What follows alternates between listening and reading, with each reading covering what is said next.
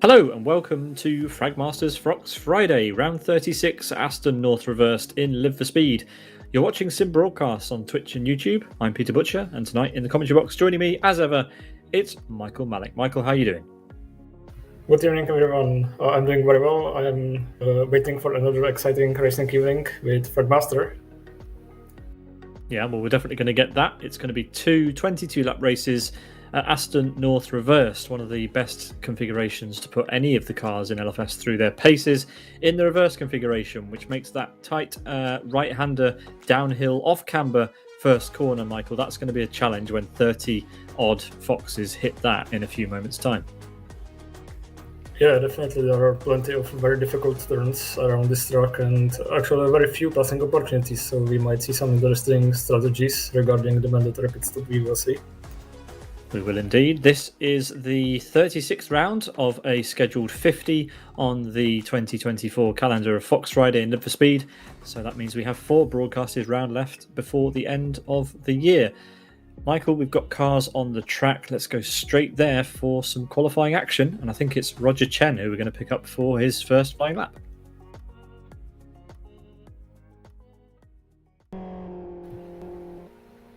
Exactly as you say that, and he's still on his out lap, so we will be actually able to witness full lap from his perspective. So let's carry on with him and watch the track as it goes. Yes, now 2 turns to go before the lap starts. Yeah, he's gearing up for it, getting the car warmed up and ready to go. As you can see, the extra grid marks that have been added in, it's quite a short home straight this, so expecting a big grid, and we may need some of those extra start lines as Roger Chen fires it down towards that first corner I was mentioning before. Off camber, super tricky, not much runoff on the exit, which means the driver really needs to keep it tight there, and that is easier said than done when you've got a load of cars around you. Up the hill, up the really tricky corkscrew through this devilish chicane. It really can catch you out on the exit, especially if you're following other cars through there. The slipstream, very easy to catch people out. Then it's a long run down to the next complex of corners, which is super tricky in this direction. Again, the exit likes to swallow the drivers up, Michael. Yeah, absolutely. And now he's about to get into the very twisty part where overtaking will be very difficult. He goes on a third gear through this almost 180 degree straight hander, and now into the uphill section where it's pretty much a single file unless you are very brave, and it very usually does turn into a collision, so better to stay and wait for next opportunity, which could be the slow hairpin coming in few turns. It's all full throttle through here. to the left, to the right, again to the left, and into the braking zone, into the slowest turn here, which will be first gear hairpin right here. Yeah, the first of 3 hairpins at the end of this lap. That's the first one, which is, as you rightly said, the slowest corner.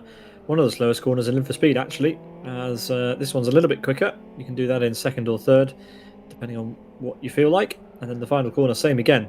Similar radius to the penultimate corner. And then out onto the home straight once again for Roger Chen for his one and only flying lap in the qualifying session for round 36. And it is a 1:49.7. We've no idea if that's going to be any good or not. Well, Al has completely botched it into the final corner. Unfortunately, he's he's pointing in the wrong direction a couple of times there, which means this is going to be a woeful time. In fact, he might have been overtaken by one of his teammates. I think he has. I think one of those might be warming up for a lap actually. But yeah, Al will not be happy with how that lap has ended. That is going to put him firmly at the back, unless someone else has a worse incident into the final hairpins than that.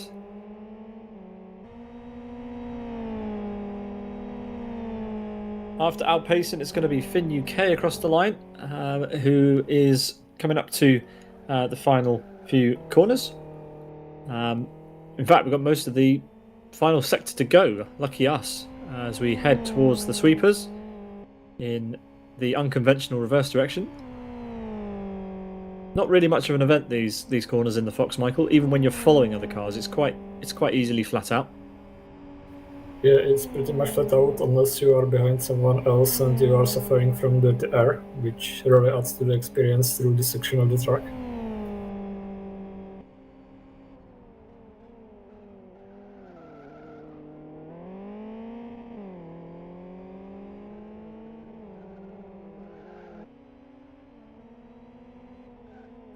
Into the final 2 hairpins for Finn UK. It's almost certainly going to be faster than his teammate, as we've had Onifus slip a lap in, unseen to us. He's gone provisional pole, 700ths of a second faster than Roger Chen. Apologies to Onifus for missing that lap. But here comes Finn UK across start-finish, and it is a 2:02. So it was slower than Al Payson. So something must have gone wrong there.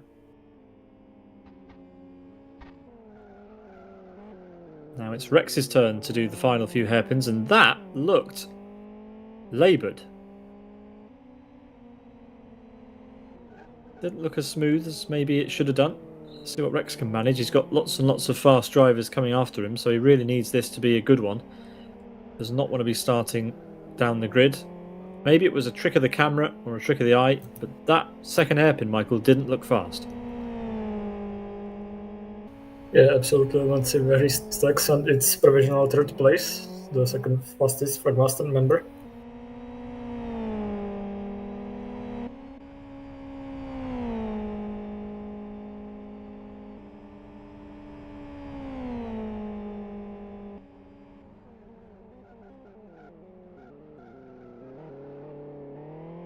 Next, we've got MBZ Hayden coming up to the final hairpins now. Big jump over that sort of crest in the road. Not really an event in the opposite direction, but here it really unsettles the car as the drivers go over that and then have to brake again. So chances of lockups into the second hairpin, Michael, quite common. Yeah, absolutely. And it looks like he comes in 4th place.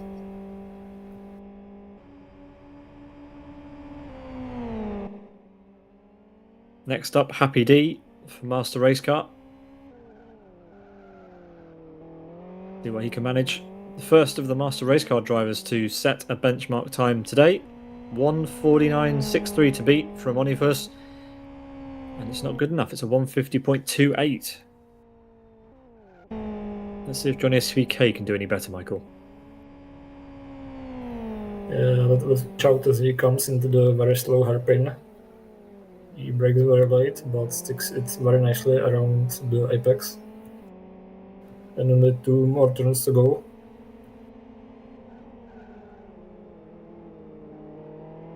So much rubber left on the entry to this corner.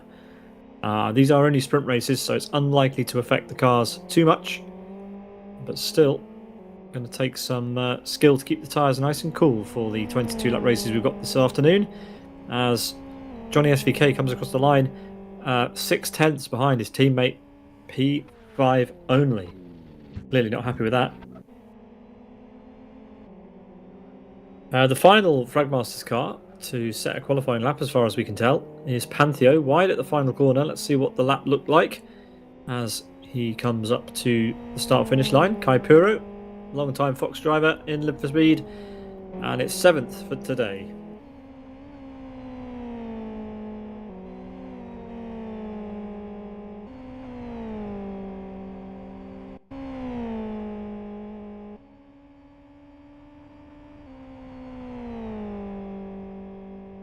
Yeah, you're there next. goes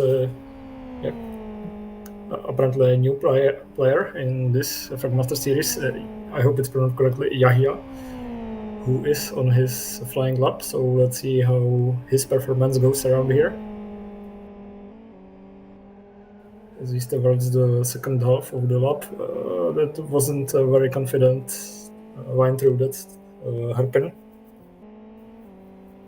And seems to be a little slower through there as well, so it might be not the fastest lap around here, but I guess for a newcomer it can be a very decent result for the start of the race one. This enters the final straight, and let's wait a few seconds until we see what position he's on, and it's P6 provisionally. Well, not bad. One of the the first of 3 looks like the Sonoris drivers tonight. The second of which is going to be Novi across the line, and let's see if you can get anywhere near his teammate.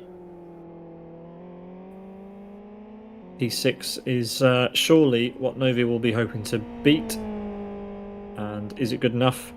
It is good enough, stealing P6 away from their teammate. Abzon comes across the line quickly after Novi to take P10. And then it's Sonoris Gabri who has the sweeps to go in the Alfa Romeo livery there. And again, up the hill. This is a place on during the races, rather, where we're going to see lots and lots of drivers trying to stay as close to the back of the drivers ahead of them as possible. It's one of the easiest, well, probably the easiest set of sweepers in Live for Speed to do that with the Fox, because of the fact that it's pretty much flat out, though there will be a little bit of aerodynamic drop off the back wing of the cars behind. Let's see what Gabri can manage, as we have 2 corners to go.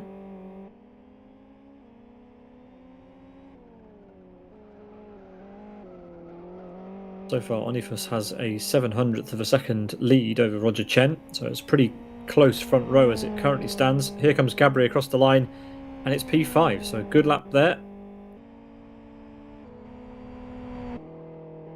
Next, we've got World Class Lions. Just one driver for World Class Lions tonight, by the looks of it, currently at least, and it's Pekka Koivunen.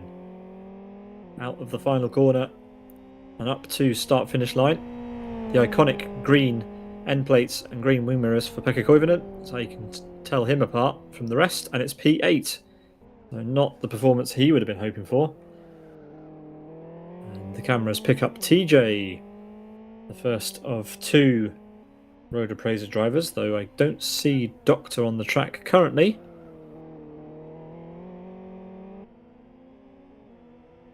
So Doctor just joining the server as I speak. We will see a lap from him later. Let's see what TJ can manage. Out of the final corner, multiple time Fox champion. Up to start finish. Can it be a challenge for Onifus? Yes, it can. 0.3 of a second. TJ takes provisional pole for Road Appraiser. That's what Born to Race can do. Rocket is the next car to cross the line with 2 hairpins to go.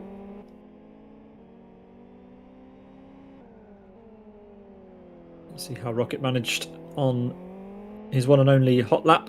Fox Friday, of course, using the one-shot qualifying method, which very few series do these days, but Fox Friday has always adopted this qualifying format, and it's P13 only for Rocket. Oh dear, you will not be happy with that. We've got Dodislav coming up next, and it's a spin on this lap by the looks of it, so this will not be a competitive lap time for him as they come around to the final 3 hairpins.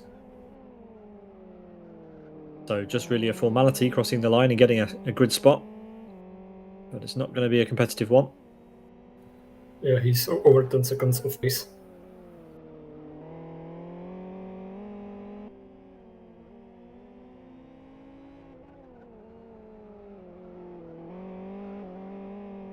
Vladislav out of the final corner.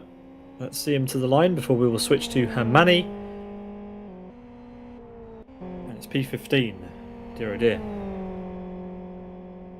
Hermani next across the line, coming under the Michelin bridge and smoothly into the final hairpins. Very, very smooth end to the lap. It looks smooth, but is it fast? That's the question. Well, the split is not the strongest one, so he will be towards the rear of the grid. Yeah, it looks fairly pedestrian. I think that is the way that's the way I'm gonna call it. Polite way of saying it. And again, out of the final corner, not using all the road, not using all the throttle either. Up to start finish. What's it going to be for Hermani? P15, so beating Dodislav, and actually 2 of the very, very experienced Fragmaster drivers there as well. Next we've got Jay, who again is taking a slightly unorthodox line into the first hairpin. A little bit direct of a route that to the apex, but Jay, a name I've not seen on the Fox Friday grid, so welcome. One corner to go. Changing down while the revs were a bit high, the rear end getting a bit loose, but back up to full power now.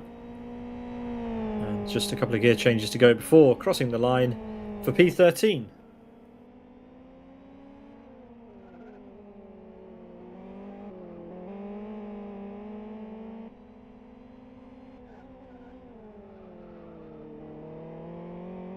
And there we see Saidus Gabor, one of the 2 Saidus drivers tonight that is connected to the server, just finishing this lap, entering the final straight. Let's see if that's a provisional pole position or not. He's over the line now, and he goes on the second fastest, setting the very same time as the TJ, but because TJ said it first, it's his provisional pole position so far.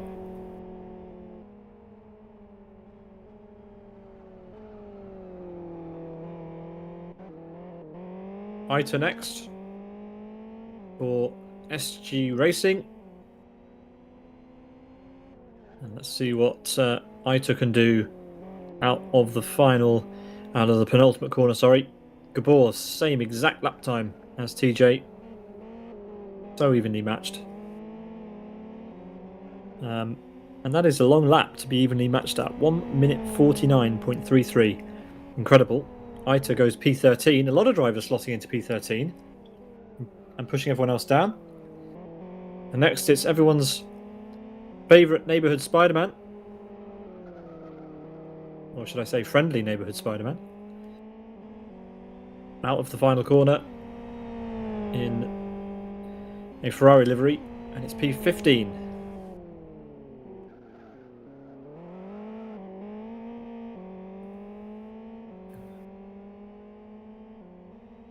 And Paulo is now again about to finish his lap, just 2 turns to go. He's about 2 seconds behind the pace of the leaders, so he should be good enough for the midfield on the starting grid. A decent line through the final turn. And let's see what position he takes as he crosses the finish line now. And it's P16 out of 23 provisionally, so not the result he would have wanted.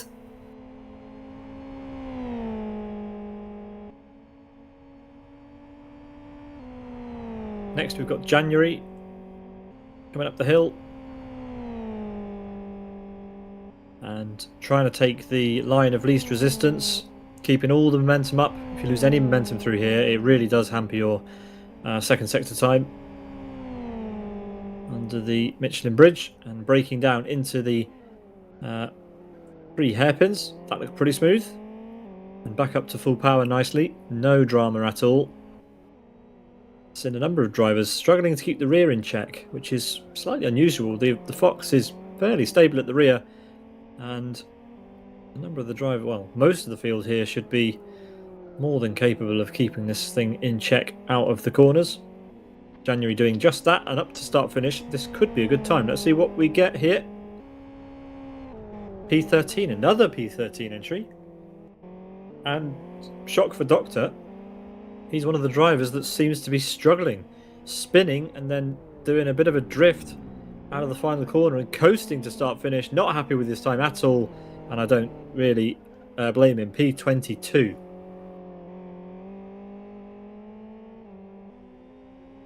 Here comes the Bumblebee machine. It is Mr. Isaac Price himself, and he comes across start finish to take pole position by 100ths of a second. The top 3 separated by 100th.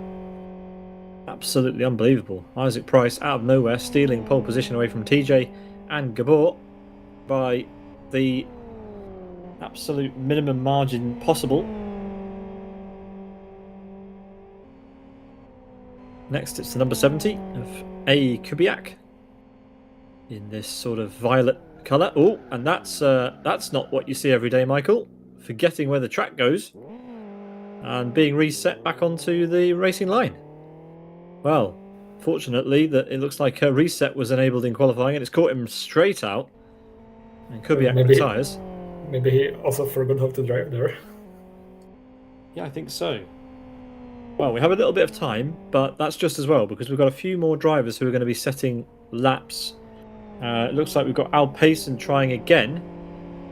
So Al Payson threw the car away in the first attempt as someone else getting out of the way there. As Al breaks down for the final 3 corners again. It's not gone so well on the entry at all, but Al will at least get a little bit further than he did last time. So second hairpin for Al Payson. And the final corner coming up right now. Let's see where Al can go. If it's P13, then that'll be a record surely. Everybody slotting into P13 and pushing everyone else back. Let's see what Al can do. Oh, it's P10. A big improvement. Finn UK has almost lost it at the first hairpin. That was a little bit too many revs for what he tried to do there. Car just over-rotating on it on the downshift. And let's see what Finn can manage. Currently P26. And up to the final corner and through it we go. And Finn UK puts his Fox in 16th position ahead of Pantheo, his teammate. It's going to be a little bit of a wait for Yoni Katila to come around.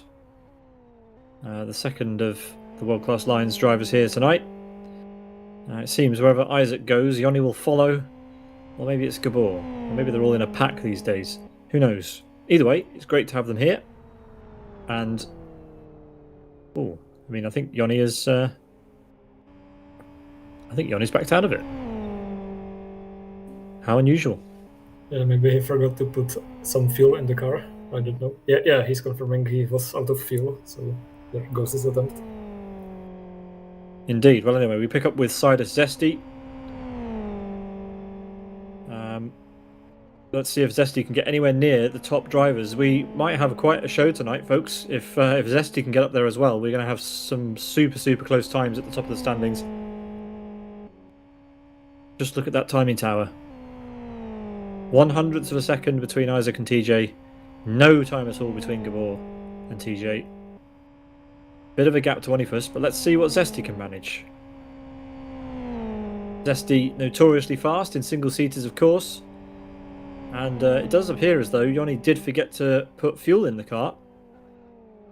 So I don't know whether the organisers are going to let him go out for an outlap and a flying lap. I think it would just delay proceedings too much. So he will start from the back of the grid, which is okay for race 1, because you can kind of build your way up, and you can potentially finish in that P15 spot and get promoted to pole for race 2. But let's see what Zesty can manage. Can Zesty get to the front? This looked like a good lap, but was it good enough for one of those top places? Let's find out.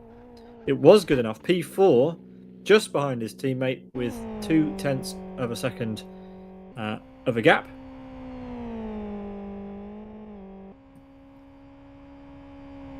Zorus is the only car left on the track, so we assume that this is going to be the final car in normal time of qualifying. We may have a few drivers joining at the back of the grid for the start of race 1, but this is the final car we will see set a flying lap in qualifying. I do love the one-shot qualifying, Michael. It really does shake things up. Absolutely. That's a very wide line through that turn, but I see he's still on the outlap, so it doesn't hurt him so far. Oh, so right. I thought this was a flying lap. This is unbelievable. We got a maybe Yoni could have got out. No, Yoni is on the track, so maybe they are letting him do an outlap and a hot lap. Anyway, we're going to watch Zoros do a complete lap, so we might as well make the most of it and go on board. Let's see what Zoros can manage in the number 44. As it's a fairly leisurely entry into turn 1. You can see a little bit wider the apex. Now we're going to run down and then back up the corkscrew. Got to be careful on the exit here. And Zoros is doing just that. Barely high in the rev range at all, really. And, well, keeping the car well away from the edge of the track there. So this is a Sunday afternoon drive for Zoros at the moment. But at the end of the day, all that matters is you navigate your way around to the end of the lap and finish it. No good finishing in a wall or a gravel trap or on your roof, or in this case a roll bar.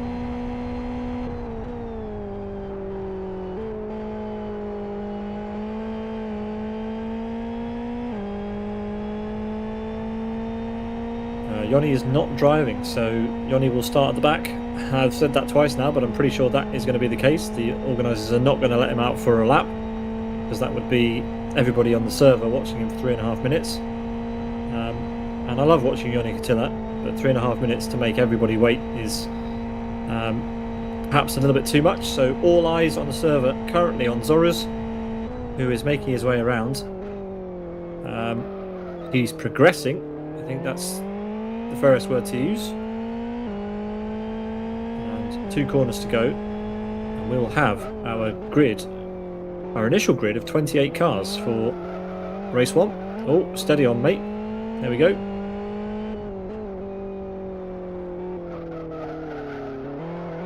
Oh, and again, another driver finding it quite difficult to get out of the final corner. But up to start finish now for Zoros. And what's it going to be? It's going to be P23 for the number 44. That's everybody who has completed a lap in qualifying, which means that we are going to see on pole position Isaac Price next to TJ. Gabor and Zesty will share the second row with Onifus, Roger Chen, Rex, Happy D, Gabri and Johnny SVK the top 10. Al Payson, Sonoris Novi in P12 with Pekka Koivunen, Yaya, Hayden, January, Finn UK, Aita, Pantheo and Spider-Man the top 20.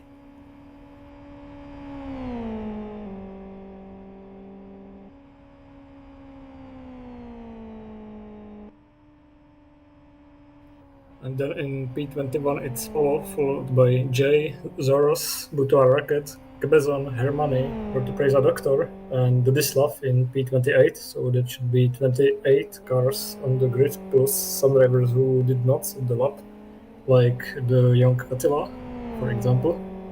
So we could be around 30 cars in a few minutes' time. Yeah, brilliant stuff. Love to see a packed grid for the start of race 1, which will be coming up in just a few moments' time. Welcome to tonight's coverage of Fox Friday. We've got 2 bumper races coming your way tonight, 22 laps each, which is going to be around 40 minutes, we think. Both races with a mandatory pit stop, and second race with that top 15 reverse grid. So whoever finishes in P15 after race 1 gets the lucky pole position for race 2, the feature race around the 5.2 kilometre, 3.2 mile Aston Autodrome North Reverse track, which is, all things considered, one of the best configurations in the entire sim. Tests the cars to the absolute limit. Well, we've got a bit of time, around about 3 minutes before the start of race 1. Let's check out the Drivers' Championship standings, shall we? It's Road Appraiser TJ ahead of Rex, Roger Chen, Gabor, Zesty, Onifus, Happy D, Dr. Al Payson and Finn UK, the top 10 in the championship. But it's fairly close still between our top two. Anyone's game, really, with the number of rounds that we have left to the end of the season. Michael, between TJ and Rex. Yeah, it's still pretty close, and somebody missing the race or just simply the end, I think, would very much cause some trouble for the given person in this championship. But so far it looks like TJ is your attendant and should keep the lead unless he does some serious mistake. Yeah, it looks like he's got a decent grasp on it, but it's less than 100 points, the gap to P2 in the championship. So, yeah, we'll have to wait and see what happens there.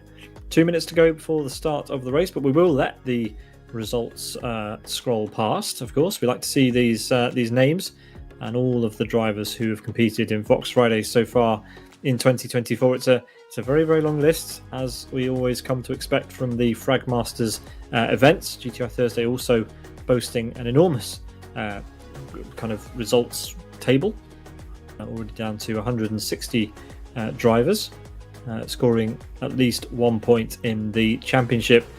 And there we go. Happy D, still just 1 point in the championship. Surely not. Oh my goodness. Let's see if Happy D tonight can score at least one more and move up the order from P161. Crazy. Teams championship standings. It's Fragmaster leading the way with Rex and Onifus there. Only a 30 odd point lead over their nearest rivals. So yeah, it's pretty close in the teams championship between Fragmasters and Road Appraiser. TJ and Doctor both here. Rex and Onifus also both here. Gabor and Zesty both here too. So in fact, I think we've got everybody except everyone down to P5 is in attendance, but Team Soini, weirdly, not here. Yeah, it's a very packed grid, and if you check the qualifying results, we have top 3 in 100th of a second. So if that's not a healthy competitive grid, that what is? Yeah, absolutely 20 seconds to go. Yeah, the qualifying is crazy. I will bring the table up just one final time. Look at that, the top 3 separated by 100th of a second. We're in for a treat. Let's see what the boys can deliver tonight. Exactly. Last time around here, we did see some 4-wide action. It's probably not going to happen here, but still some exciting racing is going to happen in a few seconds from now as we are setting up the grid. Yeah, let's go to the track. And Michael, why don't you take us away for the start? Yeah, let's go ahead with Isaac Price on the pole position, TJ in P2, Gabor, Onifus and Roger Chen in top 6. We have all red lights on and they are going green, and we have started the first race of this Fragmaster Fox Friday. It was a great start from Isaac Price, and TJ has to go defensive from Gabor, who's trying to snitch to the inside, and he's right there. Let's hope they don't have a contact. Of course they do. Happened behind them. In this gaggle, of course, there are some Fragmaster cars going side by side, but looks like everyone keeps going so far, as Gabriel has promoted to P8. Panteo has dropped a few places, I believe, some in P15, which will be pole position in the next race. And here we see Gabor battling it out with TJ, who has a huge slipstream advantage over that straight and regains second place. With Isaac Price already building 2/10 a second gap. Yeah, TJ was hugely in the slipstream of Gabor was hugely in the slipstream of TJ going through the previous corner there, and you saw the amount of time that he lost. As we've got Johnny SVK in a whole heap of bother here. We've got one of the Sonoris drivers off ahead. Johnny SVK darting out of the way of the Sonoris driver there and trying to cut through. But Pekka Koivunen survives and moves up a place to P9 currently. Johnny going backwards, and he's getting swamped again. He's got, who's that with him? It's Gabri. Should be Gabri, yeah. Gabri going through with Hayden in the background now. But at the front, after almost a lap, it's Isaac Price from TJ. Then it's Gabor. And Happy D, with just 1 point in the championship, finds himself up to P4 in this race. As we've got a spinner, actually. I think that is... there's Dodislav there. Pointing... No, that's not Dodislav. There was a Ferrari pointing the wrong way in the background. And who was that spinning out there? It was one of the Fragmaster cars. We've got somebody in the pits already. That's Dodislav going into the pits. Finn UK in the pits also. And Rex going for a move on Happy D, or trying to go for a move into the first corner. Yeah, that was a pretty eventful first lap out of 22 out of races we are gonna have tonight.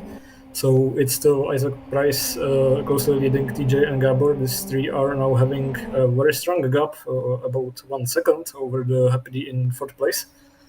And Happy D in the background is under pressure from another car, which we don't see right now, but it should be Fragmaster Rex, who has gained 1 place, so it's now Rex in P4 and Happy D in P5. As the top trio is now running away with over 2 seconds gap between third Gabor and fourth Rex, so these three are the top contenders for the victory in this race, unless something terrible happens to them, as they are going through the trees and still the same order and pretty similar distances in between them. As Rex is now trying to break away from Happy D, who is now under pressure from Sidus Zesty. So that's a lot of points coming towards the Sidus way if the result is like that.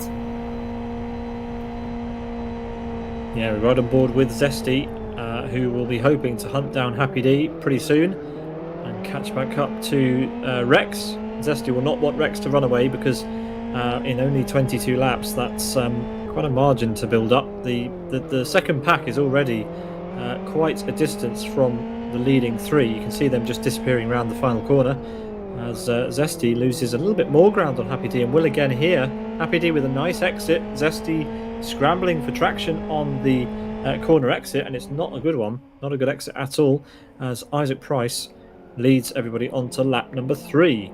TJ there running wide, Gabor also running wide, and the gap opens up again. And it looks like Zesty went over the grass and is now under pressure from Roger Chen. They're going side by side through that uphill chicane, and Onefus is also around there. He's gained one place and could have some slipstream advantage over Roger Chen. He's close enough, so that should be at least attempt to overtake. Well, we're going to see it here, because he's gaining. All over him. He's going around the outside. That will turn into the inside, and that's a genius move for Onefus. Has it paid off though? Roger Chen still holding on the outside. Fair play to both of them for holding that through there. Roger Chen will have the outside line into the spoon corner, and can he hold it around the outside? That's brilliant. They're still side by side. This is all playing back into Zesty's hands, but Roger Chen, fair play to him. That was a great battle. Yeah, absolutely fantastic battle, and you need very experienced drivers that can pull out moves like that. Otherwise, you could see some nasty incidents. As it's again side by side with Regician inside. Onefus now falling back and under pressure from Zesty, who doesn't have any space to go left or right. So the only thing he can do now is to dive bomb into the hairpin we are about to break in. He left himself with no choice. Yeah. He went way too hot into there and had to get out of it. He didn't want to tag Roger at all, but now Zesty must think he has a chance. Doesn't go for the move into the second hairpin, but all the while that these guys are battling, they're just costing each other time. And speaking of battling, Gabor, well, he was pretty close to the back of TJ out of the final corner, but not close enough to make a move into turn 1 just now. Hearing that there might have been a bit of contact actually, so yeah, really, really close between these two. TJ wide of the apex at turn 1, that will hand Gabor a slight advantage going into the corkscrew. Gabor is very close, but he's in the place where you don't want too much of the TR, but should be in a favorable position for some great slipstreaming over this straight. It looks like TJ was trying to whiff a bit. Gabor goes around the right hand side, and he's already passed before they even get into the next chicane. And let's see if Gabor can catch up to Isaac Price, who's about half a second ahead of these two. Yeah, that was a great move. You don't give Gabor any opportunities like that, TJ. You know this, mate. And that's what happens. Give him an inch, he'll take a mile. And he is through up to P2 for Gabor. And Isaac Price is still right there. So after that mammoth slipstream, he's been towed right up to the back of his old friend, Isaac Price. And now the real fun begins.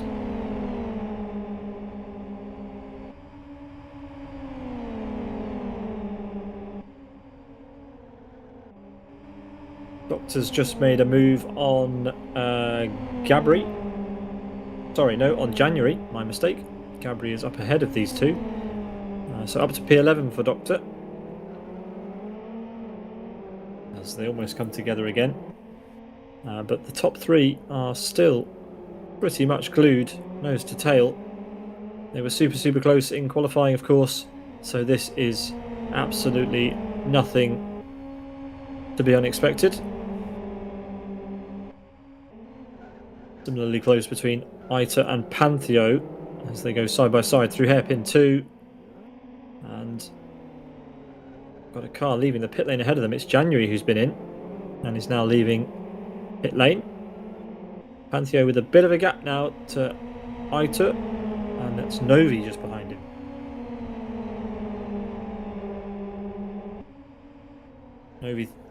Novi thinks about the move, but it doesn't work, and we've got Gabor in Isaac's slipstream. Isaac feels like he has to defend, an unusual place to defend. I don't think Gabor was close enough really to go for the move, but it seems to have covered it off. Gives Gabor the slap of the dirty air on the exit, and it's back to the way it was. But these three absolutely pushing each other to the absolute limit, and this is what we come here for. This is what we used to have in Fox Friday, week in, week out. Drivers nose to tail. We don't see it so much anymore at the front of the grids, but when it happens, we have to enjoy it. Absolutely, and so far those 4.5 laps were absolute blast, and I'm looking forward to some more action coming. As now the difference between the Isaac Price, Gabor, and TJ is literally tenths of a second. They are very close to the hairpin. There was less than a car's gap between all of them there. I think there was half a car's gap between Isaac and Gabor, and the same again between Gabor and TJ. Literally attached together at this point. No margin between them at all. At the moment, this is anyone's game in this top three. Yeah, it's less than 8 tenths of a second between Isaac and TJ over the last split. Meanwhile, the gap to 4th place Rex is another 3 seconds away, so they are running away like crazy. Mind you, the second that TJ gets close to Gabor, Rex is going to start gaining, because Rex has got clean air now, as Roger Chen is having to do a little bit of defence from Onifus as they head up the corkscrew. It's a fantastic angle, that, seeing them just pop over the top. The car goes light. It becomes quite difficult to control at the top of that hill, as Onifus now has the run. Pantheo with a penalty, yeah. Pantheo on the inside. Sorry, Onifus on the inside and through.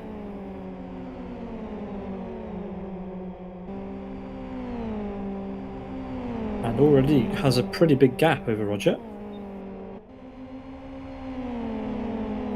Yeah, and very close to Roger is now Zesty, who's also eager to get through. Currently in P8, but it looks like he's having a very strong pace, so it's only a matter of time before he gets alongside and ahead of Roger Chen. Meanwhile, Onifus is really running away from Roger Chen, so it looks like he's having some pace issues at this point of the race, possibly from the tire heat. Yeah, it's not until you put a few laps onto the car that you realise where the performance of the other drivers is in relation to you. Of course, the tyres do tend to get quite hot when you put this much energy through them over these laps in the sprint race format. As you can see in the background there, Zesty having trouble getting the power down out of the hairpins. It's a common theme today. Lots of drivers having those sorts of issues. As we take a look at Yoni Katilla, who's catching up to the back of Doctor. Yoni Katilla started at the very back, so at least 29th place, and has made his way all the way up to P12, and looks to be he's gonna try and take P11 here up the inside on Doctor, and it's a straightforward move. He's through and into P11. Yeah, the next target for him would be Gabri in P10, who's about 1 second ahead. So it's only a matter of time before these two are together. And Gabri is close to Pekka Koivunen from World-Class Lions. So that's two moving targets for him. As there's a go of cars with Paulo going over the grass, who was pushed wide by. It wasn't Paulo. He was pushing someone wide instead. But yeah, I think it was Novi. Novi's just retired from the race there, so that's a shame. Picked that up quite late, but an intense battle that ends in at least one driver retiring, as we watch Paulo now being chased down by Alpecin, who had a decent qualifying, but it's gone backwards a bit in the race. P16 at the moment, and hoping to gain those places back somewhere. Although we do need to check who has already made their pit stop. Al is one of those drivers, so that would explain why he is kind of out of sync at the moment. He is the second place driver who's already made a stop. It's January up ahead, a couple of cars ahead, who has stopped and has emerged the top driver who has a stop under their belt already. So yeah, Al a little bit out of position because of the pit stop he's already done. So that's going to be a nice situation to be in, knowing that quite a lot of the cars ahead need to go down the pit lane still. Absolutely, as we are now finishing lap number 7, and it looks like Alpecin is about to get alongside Paulo, but the door is closed, so instead he has to defend from Johnny SVK, who is trying to find some place to go, as the cars ahead are also battling very hard. So let's see who gets the best exit out of this turn, and looks like it's January who's putting the pressure over SGR Atuk. Will they go side by side in this turn? Yes, they do. And who comes out in better place? Looks like Atuk is, and January is now under pressure from Paulo, but looks like they will slot behind each other because you have to go single file through the chicane. Yeah, Ito there out in the lead of this little pack, and takes a whole slipstream train with him. That's January trying to defend now from Paulo while trying to get a slipstream of his own, and it's not worked. It looks like Paulo's going to go around the outside, and he has made that move. But they've got to be so careful. Whoa, no room at all between those guys at all. And now it's Alpecin's turn. He wants to get through on January. January is in a lot of trouble as Alpecin just got through, and Johnny SVK is about to get very close. It looks like Alpecin is now vulnerable, but he should be able to keep the place, especially as there was a macro slide from January, which allows Johnny SVK to catch up. How close the cars behind are.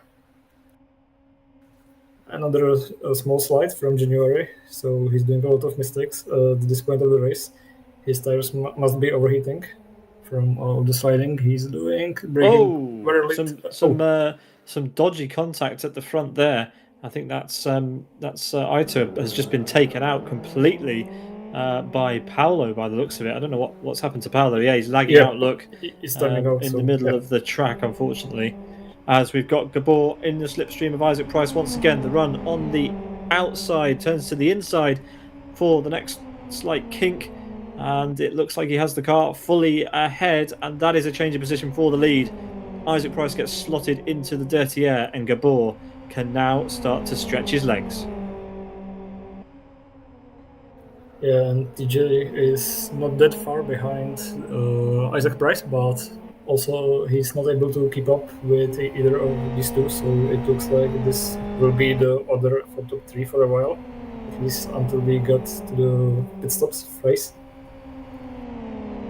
So let's see if Gabor is able to build some gap over Isaac Price, as there's already about half a second difference in between them.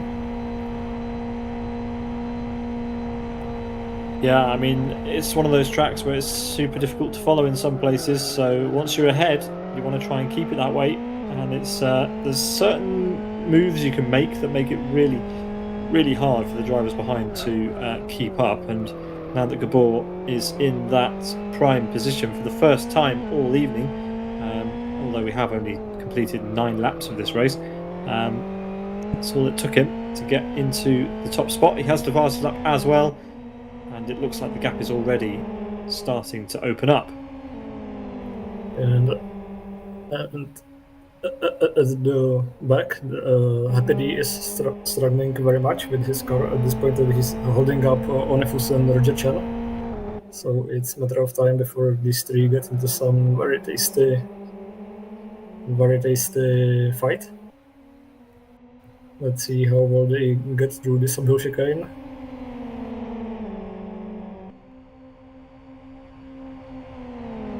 Onifus is now under immense pressure from Rajachan. He goes very late defensive. This would be a very interesting investigation. So there's another drive for Rajachan, and this time he can get alongside and will be on the inside of this turn. And Onifus maybe feels guilty and leaves the place to Rajachan. So that's a swap between these two. So it's P7 for Onifus, P6 for Rajachan, and still the struggling Happy D in 6th place, making a little gap. Yeah, he'll make up some time now, these two squabbling. Unusual to see a move that late in the middle of the straight from Onifus, but Roger Chen took full advantage, still has to defend. These two really are going for it at this stage of the race. We're not halfway through yet, boys, but they seem to really want this position.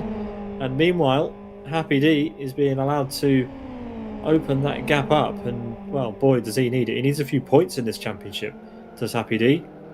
As we've got Doctor and Gabri also having a nice fight as we come under the Michelin bridge. Gabri trying to get through, and there we go. It's a big send. Dive. Like to see that, as that's Zesty in the background. Yeah, this is a fantastic side-by-side Doctor on the inside of next turn. Let's see. Yeah, he gets ahead, but it's a switchback from Gabri, so they are again side-by-side with Doctor again on the inside. So let's see if there's a late dive from Zesty, but manages to pull the nose out before it's too late. And Doctor is now weaving, trying to break the slipstream of the car behind him, which should allow him to keep the position before they get into the braking zone, but it might be too late. As now Gabri is on the inside of that turn, and it might go his way. Doctor tries the switchback, but there's a little contact that allows Zesty to catch up. But they have to go single file through here. And let's wait for another slipstream battle on the back straight we are coming to right now. And it looks like Zesty will be in a second alongside the Doctor, going on the inside but not having that much of the speed advantage, which allows Gabri to build a gap over these two, and Doctor seems to be very careful with his approach currently. And Zesty goes wide. Way too much momentum. Way too much momentum, and that's what happens. You've got to start all over again, just too greedy, and that's what happens. Meanwhile, at the front, Isaac Price has not let Gabor disappear too far up the road, and importantly, he's managed to still maintain a bit of a gap to TJ. They're still completely nose to tail, so proof as much as you need that being in the lead is still not easy. It's not easy to run away. You're basically pulling the other two drivers with you. So now that Gabor occupies the front position, Isaac Price is seemingly finding it not too bad to keep up with him. Yeah, he seems to be very comfortable in that position, and Master Price, even TJ, is not falling that far back. He's still about half a second behind Isaac Price, so he's still in the touching distance. And if he tries some undercut, he's definitely able to change the outcome of this race. Yeah, well, up the chicane / corkscrew / Eau Rouge / whatever you want to call it, for the 12th time in race 1, and it's Gabor leading from Isaac Price and TJ. That's the front group, with a 4-second gap from our leader back to Rex, who's on his own and trying to bridge that gap, but it's not working for him just now. Then it's Roger Chen, who's been plucky in this race, currently in P5, with Onifus P6. Happy D driving a good race now. He's kind of settled into a rhythm, finds himself in P7. Then we've got Koivunen, Joni Katila, and a fight between Gabri and Doctor down the back straight, Michael. Yeah, Doctor on the left, Gabri on the right, and it will be Gabri on the inside of this long turn, and he almost got them, and that's a huge speed advantage for Zesty, who might gain 2 positions. but yeah, he had to avoid the doctor through there. Gabriel breaks very late, so he forces Zesty to go alongside the doctor, who is now with 2 wheels of the grass and loses the momentum. So now it's Zesty in P11 closely following Gabriel, and he should be able to make the move through here. Yeah, he's alongside and already passed, and let's see if Doctor takes advantage of the extra momentum. He does so, and it was an interesting error from Gabriel, and almost a contact between these two, but to my surprise, they are still going strong. But now it's Gabriel losing to position, breaking very late, hitting Doctor from behind, but luckily they keep going with no damage other than cosmetics. But this allows the state to run away. He's already over a second away from Doctor, who now has full hands of hard work to stay ahead of Gabriel. And Gabriel enters the pit lane. It's a sensible decision. Zesty's been trying to get through for a long time, has lost a chunk of time doing so, 24 seconds adrift. And although Zesty has made the pit stop, remember, it's Doctor who hasn't yet, so that's Zesty battling back through by the looks of it. And yeah, Doctor is sort of in trouble here, really, without having yet served a pit stop, as we've got teammates together. Finally, Yoni's caught up to the back of Pekka. Mind you, I say finally. Yoni started in P29 or P30, and he's now up to P8. Madman. Yeah, fantastic work from Yoni, as he's going to last the first challenge, and in 13 laps, even less, so he managed to gain over 20 places, so that's incredible. Completely unintentional last to first challenge, and as usual for Yoni, completely unnecessary, proving that he's got the pace and just making his life difficult by either not turning up in time for or just not performing well in qualifying.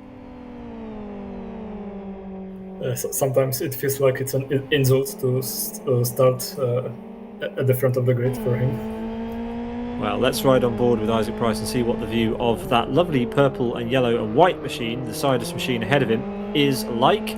The Bumblebee yellow car of Isaac Price has TJ just behind as well, don't forget.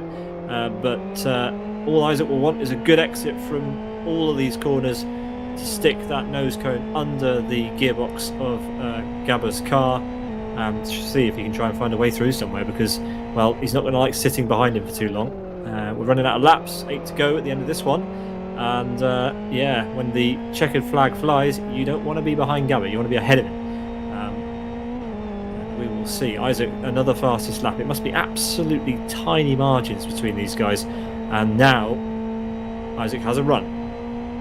Yeah, he's absolutely on fire and gaining a lot through the slipstream alongside Gabor. And should be ahead before we get into the next turn. Yeah, Gabor slips behind.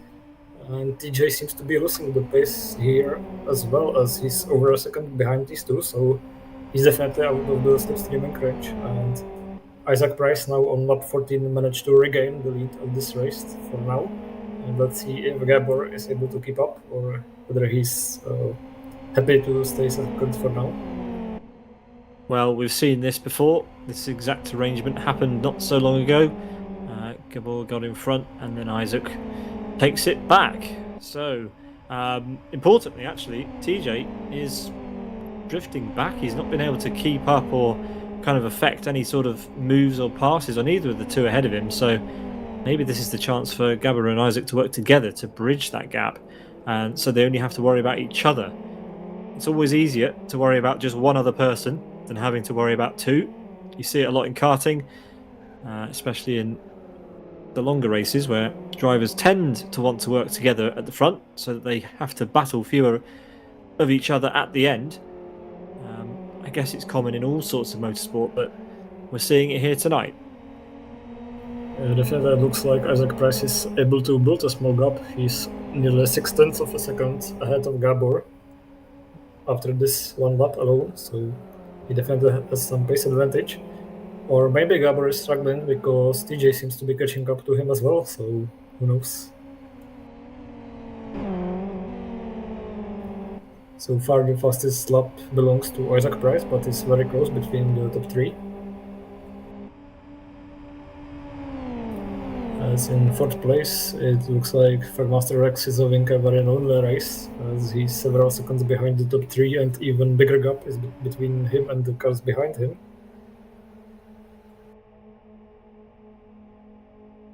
So the top 3 is now in 1.3 seconds away from each other, as we will have only 7 laps to go at the end of this lap. Let's remind ourselves that everyone has to do a mandatory pit stop, which most of the drivers haven't done yet in this race.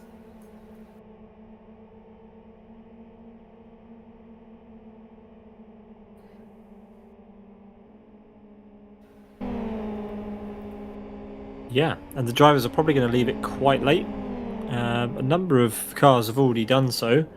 Zesty, currently the top place driver with a stop already completed. They're in P10. But the top 3 here is just exceptional to watch. They've been nose to tail pretty much for almost half an hour now. And it could go any one of 3 ways here.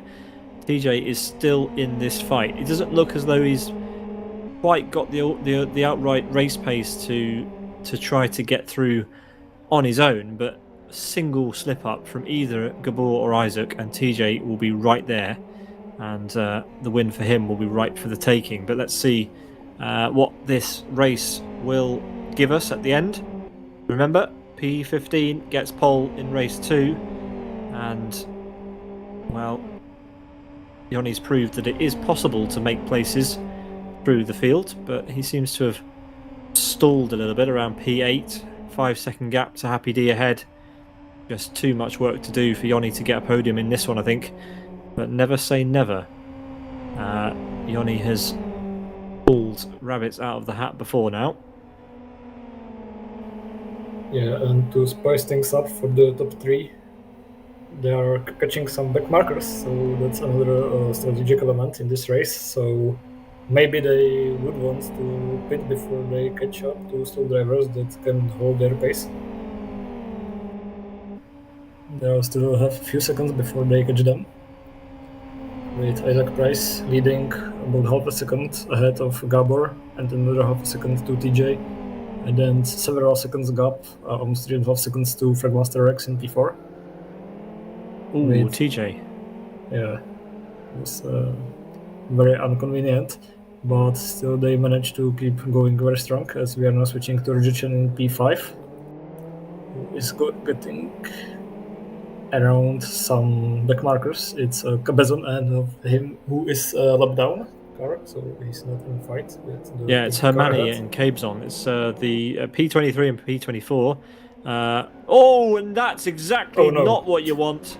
Roger Chen making contact there with Cabezon. I mean, there's not really anywhere Cabezon could have gone there other than completely breaking out of it.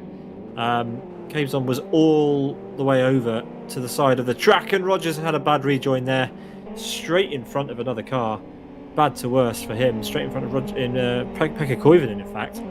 So not a good look, really, that. Yeah, that was a very terrible moment for Roger Chen. It wasn't good, was it?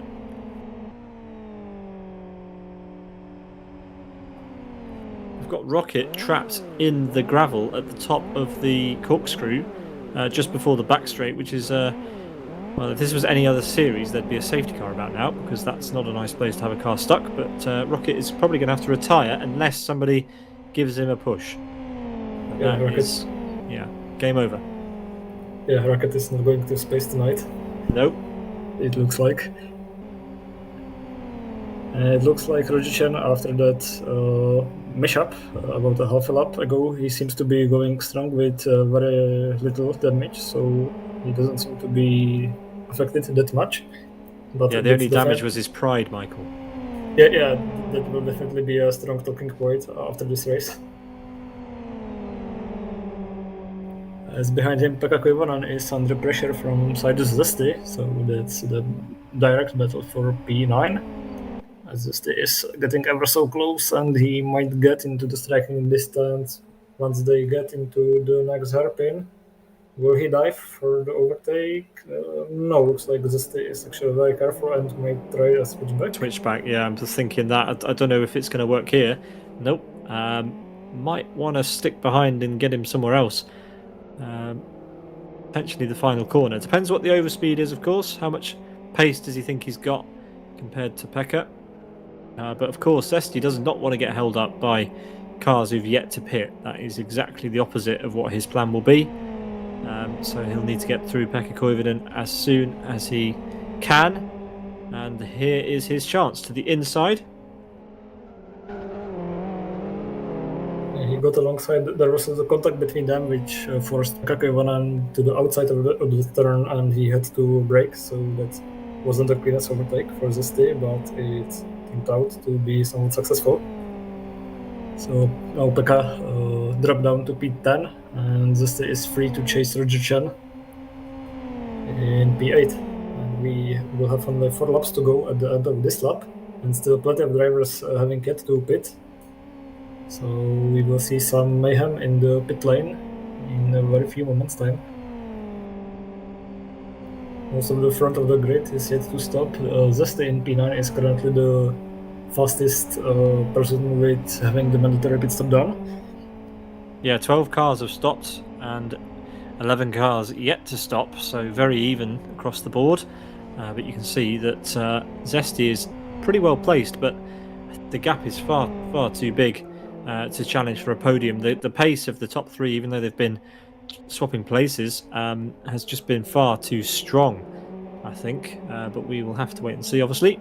Still plenty of laps to go, plenty of drama that can happen. Anything's possible in Fox Friday. But it's currently Isaac Price leading Gabor and TJ. They're separated by less than a second. They've been there or thereabouts for the entirety of this race, and now they've got some more back markers to worry about, as we've got Onifus in the pits. That promotes Happy D upper place. And Isaac's going to be the first one to meet the back marker.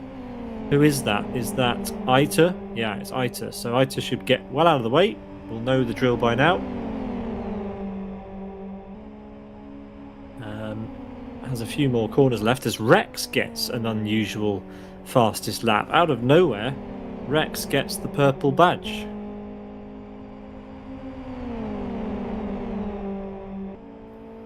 Yeah, I'm sure that one of the top 3 drivers will get the fastest lap back, as we are now watching Aitok being very kind to the top 3 and pretty much leaving the racing surface to let them go and chase their fastest laps.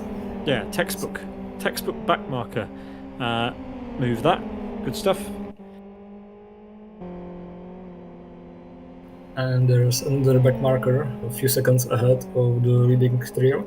I'm not sure yet who that is, but they should catch him before the end of the next lap. Zorus. Yeah, Zorus. He's not having the strongest pace, but I'm confident that he will be able to let them through in a safe manner. Yeah, we don't want back markers affecting the outcome of this battle. This is going to go down to the wire. It's Gabor blinks first. He's in the pit lane. He takes that car into the pits, and let's see if it's a good one. Takes the first pit box, square on nicely, and he is away already. And who's that in the back? That's Rex, comes in straight away as well. So Rex uses the same strategy as Gabor then. And where is Gabor going to come out? He wants to come out in completely clean air. That looks like a good pit exit. He's practiced that, you can tell. Back onto the racing line. Absolutely nobody around. That is a perfect pit stop. But let's see if TJ and Isaac can work together. The gap's a bit too big, I think. So I don't think... I don't think Isaac really stands to benefit anything from slowing down and trying to slipstream with TJ. I think that can only hurt him. So Isaac and TJ are going to push flat out, knowing full well that Gabor's just come out in clean air with nobody around him. Yeah, Gabor has very well sound up, as he was in between these two, so there is now a natural gap of what would be 2 cars, but the middle car is missing. So these two have to push on their own, because otherwise Isaac would lose more time trying to allow TJ to catch up than otherwise just keep pushing. But I'm confident that at least Isaac Price should be pitting at the end of this lap. And if not, then the next lap is the last opportunity. So let's see how it goes for these two. Yeah, and look at this. TJ is close, but I don't think it's close enough to affect what's going to happen. Mind you, if TJ can use that distant toe to get close, they are all going to come out of the pit lane literally on top of each other, and there could be a pretty spectacular end to this race. It's always close when these guys get on the same grid together. Absolutely brilliant every time it happens. Let's see what happens today. Who's going to take it? It could be any one of these three. But Isaac Price and TJ don't pit on this lap, which means they have to pit at the end of lap 21. And that's when we'll see whether Gabor has struck lucky or whether Isaac has just had the pace in the can to get it done when it counted. Happy D pits. Rex gets through. So Rex is up to takes P4, of course. We expected that. Happy D is going to be close with Zesty. In fact, I think, is Zesty going to get out in front? It's going to be close. Zesty on the outside. They're going to go into turn one side by side. But Happy D, fair play to him. He has the place for now. Zesty's going to try and get him on the back straight, surely. But Happy D, Michael, what a strong performance from him today. Yeah, considering the struggles he had through the middle of this race, he's in a very strong position, and Zesty is really struggling being behind him, but now he's in a perfect opportunity to take the position. Goes alongside, will be on the outside of next turn, but Happy sensibly allows him to get by. But the loss of pace now allows Onifus to catch up to him, and he's now vulnerable into the braking zone, but I think Onifus might be a bit too far back. So, yeah, Happy D needs to keep the momentum up. He needs to have that opportunity to get back at Zesty. I think it's dwindling away. He's super unlucky where he met him, but yeah, brilliant battle between those two. And well, here's crunch time now, Michael. We've got TJ and Isaac Price pretty close together. I don't think there's even room in between them for a Gabor. So this is going to be super, super close. TJ taking a much, much wider line into pit lane. That's probably going to help him. As TJ goes for an early pit box, Isaac takes a little bit more time to choose where he wants to stop. TJ's absolutely nailed it. Isaac's going all the way down to the end of pit lane, so he's going to go flat out at the end of pits. Here we go. Has TJ done enough? They're going to come out awkwardly together. This could help Gabor. This could help Gabor, and he's through. Yeah, definitely. Brilliant stuff from Gabor. He went in when neither of the other two did. The other two have tripped over each other in the pit lane, and he has a big gap now. Yeah, he definitely gained some time through that stops. He had clean air, and it looks like a very well-deserved victory for Gabor, but let's not jinx it because still one lap to go. I think you can't really use let's there, Michael. You dug that one yourself. Yeah. But yeah, let's not count our chickens, as they say. But that was a really, really awesome strategy call from Gabor there. And, well, TJ and Isaac were so close together. In fact, I think Yoni Kittil has forgotten to do a pit stop, so he will get a penalty and will not be starting in P5 for race 2. Or where that would be, what would that be? That would be P10 in race 2. Yeah, and speaking of race 2, it looks like in provisional P15 is Dolislav, so he should be on the pole position of race number 2 if the others it's like this at the end of this lap.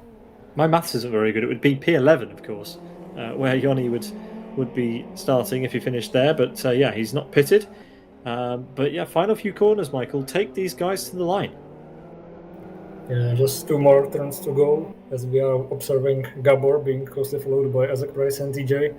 And also masterful tactics from Gabor, who pitted 2 laps earlier than Isaac and TJ. He's the rightful winner of this race number 1 of Fragmaster Fox Friday on Aston North Reversed, as he wins the first 22 laps race in 40 minutes and 32 seconds. P2 goes to Isaac Price, and last place on the podium is Ruto Preza's TJ, who is 1.2 seconds behind the winner. Then it's 4th place for Fragmaster Rex. 5th is Onifus. It looks like True Alpha, aka Johnny, is disqualified, so he won't be in the final results after all. Then in P6, a very strong result for Zesty, followed by P7 Happy D. And now we are watching a very close fight with someone ran out of fuel. side by side. Who's that? I don't know. Someone running out of fuel over the line by the looks of it. Couldn't quite work out who it was. It's Gabri. Is Gabri going to get a push, or is he going to make it? I don't think he's going to make it. It's slightly uphill, the run to the line here, so somebody needs to help. It's not going to be Cabezon. Cabezon but drives straight past. I think Gabri's going to get a DNF here. Yeah, he's not making it unless he gets pushed in there we go. Next 10 seconds, because otherwise he will be automatically spectated. Yeah, that is unlucky. There are a couple of cars coming, but it's not going to be in time. I think, in fact, Gabri started rolling backwards down the hill now, and there we go. DNF for Gabri. Unbelievable. A few more cars yet to finish, but what a super strategy there from Gabor. He just pitted a couple of laps early, and the other two, well, they didn't have the foresight to pit kind of separate from one another, because the second that TJ and Isaac entered the pits together, that was the end of their chances at the win. Spider-Man also out of fuel, hearing. So we'll have another car rolling to an undignified stop, slightly further up the road than Gabri was. Might just make it. In fact, no. Is he going to make it? Oh, he has enough pace. Okay, well... Oh, no, he's braking just before the line. Why would you do that? I have no idea. His engine is still on. Okay, he does have fuel. He should keep moving, because otherwise he will be DNF'd. Oh, so not registering a finish there. Well, how unusual. No idea what he was trying to do, as he did have. If that was a controller issue, then that is the most unlucky controller issue I've ever seen in my entire tenure here. I mean, it doesn't get any closer than that to the line, does it? Absolutely, and I'm confident that he should be able to finish. I have no idea what kind of controller failure would cause you to stop like that. That doesn't check with me at all. But anyway, just doing nothing would allow you to finish the race. So. Just put the clutch in, or, do whatever you can in that situation. But yeah, that is everybody, and we can go through the results of the first race now. So the second race coming up in just a few moments' time, but it was Gabor who took the win in 40 minutes and 31 seconds ahead of Isaac Price and TJ. That is your podium. Very, very close all race long. 1.2 seconds separating them, Michael. That's absolutely crazy. Yeah, that was absolutely wonderful finish, and I would say a fantastic chess battle between the top three, with Saidus Gabor outsmarting Isaac and TJ. And it means that Gabor will start from P15 in the next race, where top 15 will be reversed, so it will be interesting to watch. And it will be pole position for SGR Aituk, who is 15th in the finish of this race. Yeah, so the lucky pole position goes to SG Racing, number 15 there, Aita. But best of the rest today in race one was Rex, who had the fastest lap for a little bit of the time, but TJ got it in the end. I think that must have been in the very dying laps when he had the slipstream of just Isaac Price. So, yeah, TJ there, snatching the fastest lap at 1:49.1. Rex P4, Onifus P5, Zesty, Happy D, Roger Chen, Pekka Koivunen, and Doctor are your top 10, with Al Payson, Johnny SVK, Dodislav, Jay, and Aita. That's the top 15 that will be reversed for the start of race 2.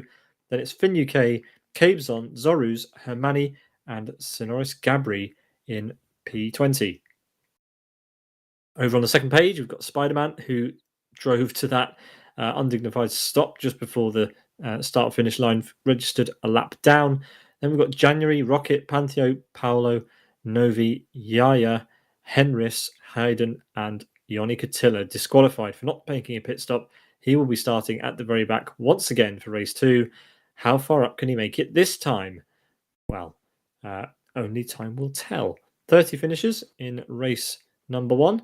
Race 2 coming up in just a few moments' time. Michael, what can we expect for race 2? It's going to be fun and fireworks, I think. Well, definitely fireworks. It will be a very mayhemful first lap with top 15 reversed, so we can expect some, I would say, less fast drivers starting at the top of the grid, with the faster ones starting as far as P15. So we can expect a lot of cars coming together in the first lap, at least. And I think some cars will definitely want to pit at the end of first lap to avoid the traffic that will come out from this congestion. Yeah, well, it's going to be all to play for. We see in some other championships drivers deciding to do alternate pit strategies by pitting early in the race if they start lower down, and sometimes it works, sometimes it doesn't. It's a complete lottery. The second race of the broadcasted Fragmaster's Fox Friday have a reverse top 15 grid, which always makes my face smile. So let's see what tonight's entertainment has in store for us when the grid is set and the drivers are let loose in a couple of seconds' time. Don't go anywhere.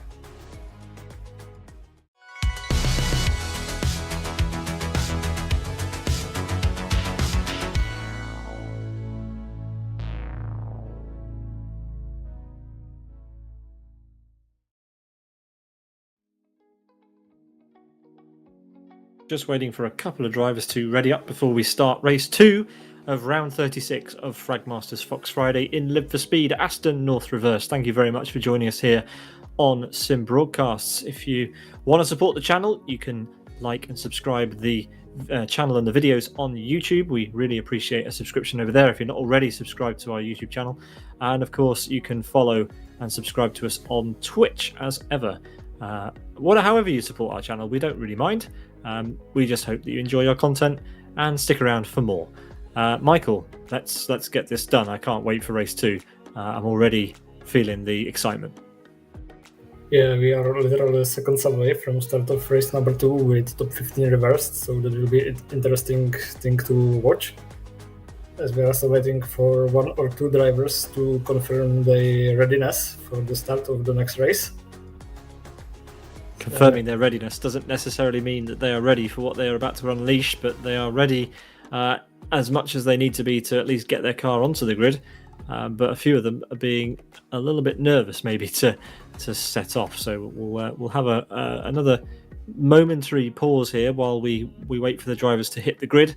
But yeah, let's talk about what's coming up on the channel in terms of Fox Friday action over the next couple of months. Of course, as we head towards the end of the year. Tonight marks the 4th round before the end of the season that is being broadcast. Of course, we have around 40, 45 and 50 to go. Michael, we have a grid. Take us away for the start of race number 2. And there we go with A2 on the pole position with Dudislav alongside Johnny SVK, Alpezon and Doctor in top 5. We are waiting for the lights to go red, and once they extinguish, we will go green on Fox Friday, and there we go. And it's now we can see a good start for A2, who had some timing out issues at the start. He has a good gap over Dudislav, who is under pressure from Johnny SVK, driving a huge gaggle of cars, but still Dudislav in second place. Johnny SVK now being pushed by Doctor, who's alongside some Fragmaster, but it's too wide through there, but they managed to survive. Not quite. That's Pekka Koivunen. Pekka Koivunen getting spun. Yeah. Some other cars going off as well. Couldn't quite catch who they were, but it looks like Roger Chen's been caught out, as well as Spider-Man and some other cars as well. Aita also losing a ton of places. What has happened to him? He's in the wall, is he? Well, he's completely caught out, and well, it's gone completely wrong for quite a number of drivers. It's Dodislav then who leads the way ahead of Johnny SVK and Doctor. The grid already upside down.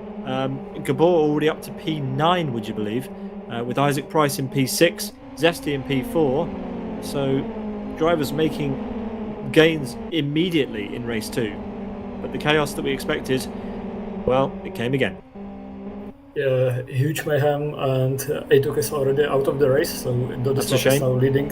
Yeah, Zesty is now in P4 following Doctor. TJ has not had a good start at all. Sorry to cut across you there, Michael.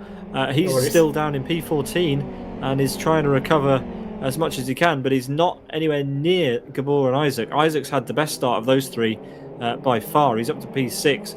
An enormous gap between those drivers now. Yeah, now TJ finally getting alongside and past Fragmaster Panteo. And so is trying to do Roger Chan, and behind them the cars battling. As Gabor is now in the pit lane. As I called it, at the end of first lap is sensible to pit to avoid huge traffic like that. And he's not the only one, as Roger Chan is in the pit lane, Happy D is in the pit lane. And that seems to be everyone so far. No, it's Pekka Koivunen and Cabezon in the pit lane as well. So, yeah, that's several of the top drivers to hit the pit lane at the first lap. As we are now watching Zesty trying to get over the head of Doctor, who's right in front of him. He will pull alongside, goes through there, and should be able to... Oh, he's losing a lot of speed, so he will go side by side with him to this faster, but Doctor decided that it's safer to stick behind. It was very sensible, as Alpayson is now promoted to P8, so good position for him as he's being chased by Yannick Attila.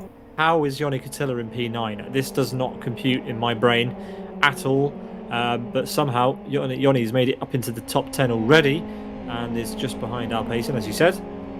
But yeah, we can probably expect a stronger result in this race for Yanni as long as he remembers to make his pit stop this time. As we see that Dodislav is holding his own at the front ahead of Johnny SVK with Sidus Zesty now in P3. What can he do in this race? He's had the first race where he had to fight his way through traffic, did not make good progress really in the end through the traffic, salvaged something and now finds himself in P3 just ahead of Dr. Onifus, but Isaac Price is there. And well, Isaac finished around about 4 seconds ahead of Zesty in the last race. And the gap at the moment is quite a lot less than that, so he cannot rest easy. He needs to find his way through as Onifus dives straight out of the way of Isaac Price and almost botches the pit entry there. He went very, very deep. Another Fragmaster driver in as well. That's Rex, is it? Yes, it is. No, Rex is still out on the track. That must have been Al Payson.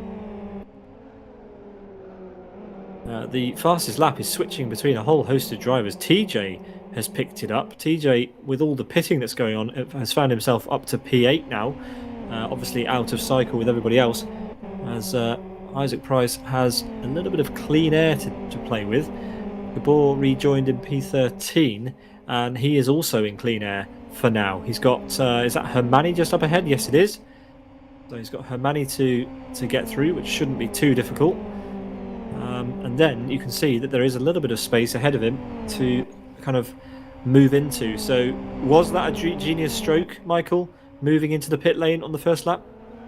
I think so. It was definitely a sensible option, as we are now watching Zesty getting ever so close to Jan SVK, who however is not letting his former teammate pass very easily, and Zesty will have a lot of work to do before he gets through. He tries to get alongside Jan SVK, but I'm sure that the move is not done yet. It was very, very close. But it looks like Zesty has managed to pull the trigger and overtake Jan SVK. And the gap to Doctor behind is now a little large, so it will take some time before Doctor and Isaac Price catch up to Jan SVK. Yeah, that's a great move up to P2, and well, just Dodislav to go for Zesty, as we have Isaac Price in the pit lane. He's decided that's enough.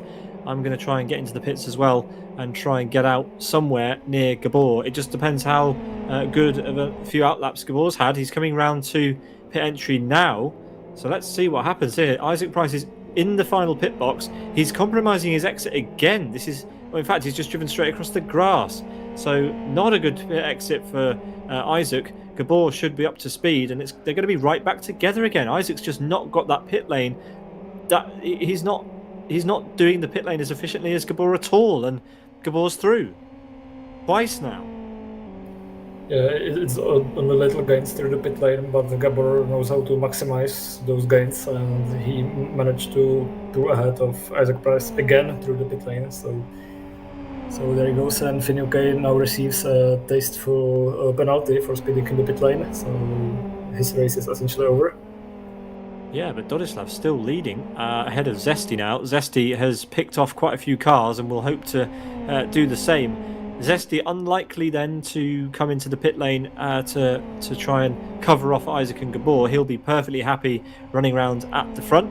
And, well, at the moment, he's not at the front because Dodislav is still there. And, well, he's going to have to work quite hard to get past him by the looks of it. Someone who's going to have to dig doubly deep is TJ, though, Michael. He's got a lot of work to do if he wants to get a podium again. Absolutely. I think Dodislav dominance could bore fans. But anyway, it's only a matter of time before Zesty gets through to him. But it looks like a very strong performance for Dodislav, who doesn't seem to be one of the fastest players here, but he definitely has some good pace, at least at the start of the second race of the Fragmaster Fox Friday. And I think if he doesn't do any serious mistake, he could end up in top 5 maybe, I don't know, as we watch Joni Katila entering the pit lane. Yeah, this is interesting. Joni Katila in the pits. That means, well, actually, I think he's going to come out quite a way behind Gabor and Isaac Price, but he's pitted early. So he's on his way out now, and he's got more of a momentum than Isaac had. So they go through just about, but it's going to be an Isaac Price, Joni Katila and Gabor battle we're going to have. That's a treat. Absolutely, and another positive thing is that Joni now finally remembers to hit. So Oh, Gabor's caught behind Pantheo. This is going to hurt him. He's being held up quite a lot through there by Pantheo as it happens. He pulls out of the slipstream. How much time did he actually lose behind Pantheo there? Not as much as I thought he would have done. He looked pretty frustrated, weaving about, trying to get through. But actually, in the end, Gabor didn't lose too much time to Isaac there. And now Isaac has to get through. A little bit easier. But this is fascinating. Zesty has taken the lead. We missed it. Dodislav has yielded the lead of the race to the Sidus driver. And now we will see what the pace is like of Zesty compared with TJ, Gabor, Isaac and Joni. And Doctor is getting very close to Rex in provisional P3. So it's a gaggle of 4 cars closely following each other. Yeah, remember, this is important for the team's championship. It's still very, very close. Less than 100 points separating Road Appraiser and Fragmasters in that championship. And TJ goes to the pits now. Takes up the first pit box as usual. That will get him the nice exit from the pits as Onifus and Joni have got past Pantheo. Oni and Joni. And TJ will come out just ahead, or rather side by side with Joni Katila now. Who's going to get the better track position out of these two? TJ is going to yield it. So TJ losing time, Michael. Yeah, absolutely, and this allows Onifus to catch up to TJ, and I'm confident that they might go 3 wide as we are now into the back straight. A lot of weaving from Joni Katila trying to break the slipstream. And TJ getting alongside. Onifus decides to stay away from the they are almost touched, but they did together. It looks like there's a small contact, but TJ is now weaving instead, and Onifus decides to just keep his head down and wait for these two to maybe collide, which is definitely a possibility, but looks like TJ has done the move stick. And now it's Onifus' turn to get that wasn't there. Yeah, it wasn't very optimal. Wow, it's so hard to follow sometimes with the dirty air. Onifus lifting out of it. I don't think he's got it in him. I don't think he wants to do it here, that's for sure. And again, losing a little bit more momentum, letting the car slide as it went over those curbs. These curbs are absolutely massive. You've got to be fully committed over them. If you lift off, the differential plays havoc, and you lose a lot of time. So, and again, just meeting Joni at the wrong place at the apex there, losing lots of time when he got back on the power. Just a poorly executed into the lap there. Could have had some opportunities for sure, but TJ will be pleased that he did manage to get ahead of Joni Katila and can try, hopefully, well, he'll be hoping to pull away, but that is easier said than done. Joni Katila is It's like a bad smell, isn't he? It just doesn't go away. Yeah, he's definitely smelling some potential for a revenge move. This revenge in the sense of getting the position back, not a wrecking revenge we might see from different drivers. But he's very close to TJ. He's in the striking distance, and as long as he's able to keep the distance through these two quick corners, he should be able to gain some momentum through the slipstream. As it was a very strong wiggle from TJ trying to break the slipstream, but that doesn't stop Joni Katila from moving ahead, and he regains the 8th place he had lap before. And these two managed to break away from Onifus, so these three are now in somewhat stable situation. Yeah, the race is starting to settle down, but loads and loads of drivers have lost different amounts of time to one another, so it's impossible really to say how this one is going to end up. You'd fancy Gabba to have the win, but you just don't know. There's 11 seconds between him and his teammate Zesty. Is that enough to get through the pit lane? Could be. Who knows? I've not been counting, but we will see. That's for sure. I believe you need about 10.5 seconds through the pit lane, so they are right on the edge of who would come out. Yeah, I mean, especially here with the slow pit exit, the drivers already on the track do have some advantage into turn one. The momentum really does help, but yeah, when the margins are that fine, Zesty, if he can keep the pace up, he might have a chance here of upsetting the top three from the last race. Rex also, don't count him out. He's only a second behind Zesty. If he can close up, then there could be a potentially 5, maybe 6 car battle for the win. Yeah, I'm looking forward to that, as we are now on lap 8, so we are about 1/3 into the second race. And we have a handful of drivers already making their mandatory pit stop, with I believe Gabor being the fastest of those who did commit to the mandatory element of this race. As we are now watching Pekka Koivunen overtaking some car that should be Hermanni, the blue machine. Yeah, recovery drive here for Pekka Koivunen. He's got a lot of damage on that car after the opener, but finds himself battling for P16 and takes it as we pick up Gabor, who is still within kind of touching distance of Isaac Price. Isaac has not let him get away. I mean, the gap's definitely gone up, but it's not gone up too much. I mean, Isaac, if anybody can close that gap again, it's Isaac Price. We'll have to wait and see. But yeah, the gap to Gabor from Zesty is down to 10.2 seconds. So Zesty, it's the classic case of us lot in here doing armchair race engineering and saying, get into the pit lane and you'll have a fighting chance of battling for the lead. But if you stay out any longer, you're not going to have a chance. And Zesty stays out on the track for now. Yeah, we definitely seem to have information these drivers don't have, so it's easy to make decisions from our armchair. But it's great to follow these drivers battling hard for every position, and Zesty is really trying hard to keep that lead for as long as he can. And I think at this point, and the pace between him and Gabor, I think it's too late to pit and still come out ahead, so his best chance is to wait until the end of the race and pit on last lap. Yeah, interestingly, I think Rex is one to watch. I think he's actually gained. I think the gap to Rex and Gabor may have gone up slightly. In fact, I think it has. I'll confirm on the next lap how that gap is looking, but Rex looks like he's on a... Oh no, he has actually just lost time in the first sector, so you can probably ignore what I just said. But anyway, Rex and Zesty risking not being able to battle their way onto the podium because they're still out front when Isaac and Gabor have got clean air and they're catching from behind. So yeah, Isaac fastest lap as well, so that means Gabor will be starting to sweat once again. You can see that gap, Michael, has visibly come down in the last lap. Absolutely. And I think Gabor is in a very strong position to win this race, unless something terrible happens to him. But what surprises me very much is the pace of Vladislav, who is still in P3. I was expecting him to drop down much faster, but with 9 laps completed pretty much, he only managed to lose 2 positions from that first lap, and is still able to keep Doctor at bay. So that's a very good performance from Vladislav in my eyes.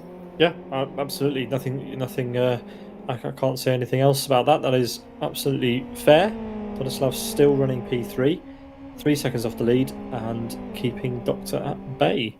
Zesty, meanwhile, the gap to Gabber is now down to just over 10 seconds. So I think you're right. I think the chances of leading from the front, pitting, and coming out in the lead have all but disappeared for Zesty. The chance to have a fight on track has been and gone unless something happens to the drivers behind. Yeah, there you go. Gabor, the gap now down below 10 seconds. And Rex is not close enough to have a slipstream on Zesty, so he has a very, very similar problem in that it's probably going to be Zesty's fighting for the win, or fighting for the finish, rather. As here comes his teammate Gabor in what should be the net lead.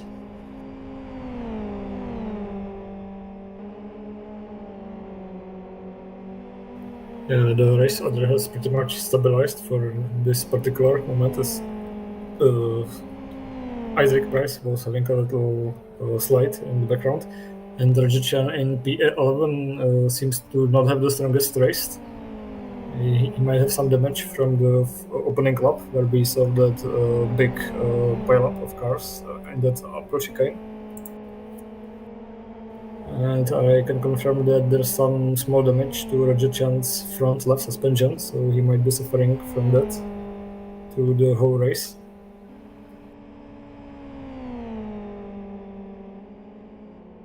Happy D, after having a pretty dismal start to this race, is having a go at Pekka Koivunen with that damaged car and gets through.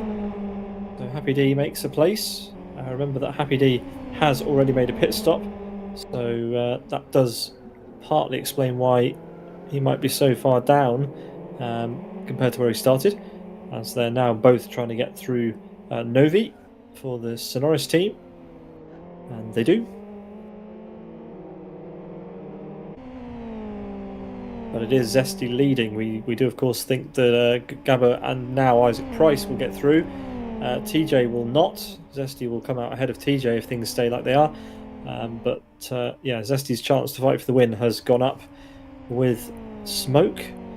Rex will not likely be in that lead battle either, unless his pace dramatically improves. In fact, I think he's actually losing time now to Zesty rather than gaining it, so that's not great. Vladislav holding on in third with Dr. Ferreira Preza consistent as ever in P5. Johnny SVK doing a good job in P5 overall,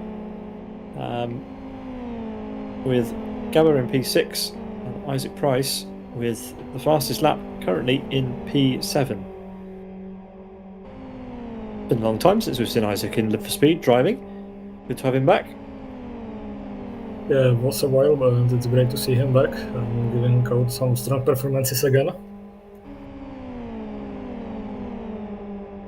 Yeah, I mean, there's one thing you can guarantee that's going on with Isaac, and that's that he's having fun. LFS is so much more relaxing than some of these simulators that Isaac's driving on the daily basis. The competition in Live for Speed is just so much more enjoyable, I find, in certain respects than some other sims. As Johnny SVK there, just ahead of them, pulls into the pits. So I don't think Isaac will necessarily mind that he's having to work for his win here, because he'll be having a lot of fun doing it.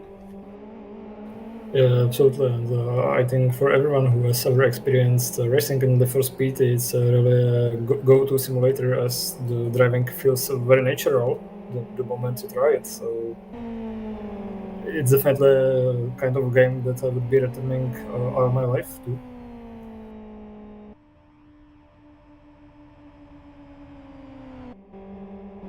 Well, we are now over halfway, and TJ has the fastest lap now. It's definitely changing hands quite a lot.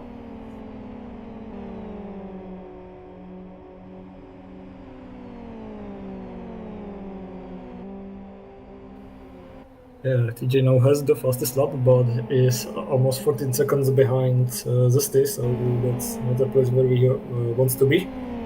But if he can pull some more fastest laps in the remaining 10 laps, he can get into the striking distance for the podium at least. Yeah, but Gabor is close. Sorry, Isaac is closer to Gabor than he's been all race since they both came out of the pits. So I think Isaac is ever so slightly every lap closing in, and well, actually, Gabor's gap to there you go. That's a massive gain. So Isaac is absolutely on one. Look at the gap now. Must have made all that up on the brakes. We know Gabor is exceptionally strong on the brakes, but Isaac Price experienced probably, well, definitely more so overall than Gabor. Has just taken a chunk of time out of him. And as we come over start finish, yeah, it's just under 0.7 of a second, the gap between Isaac and Gabor. Yeah, and Gabor now acquires the fastest lap of the race.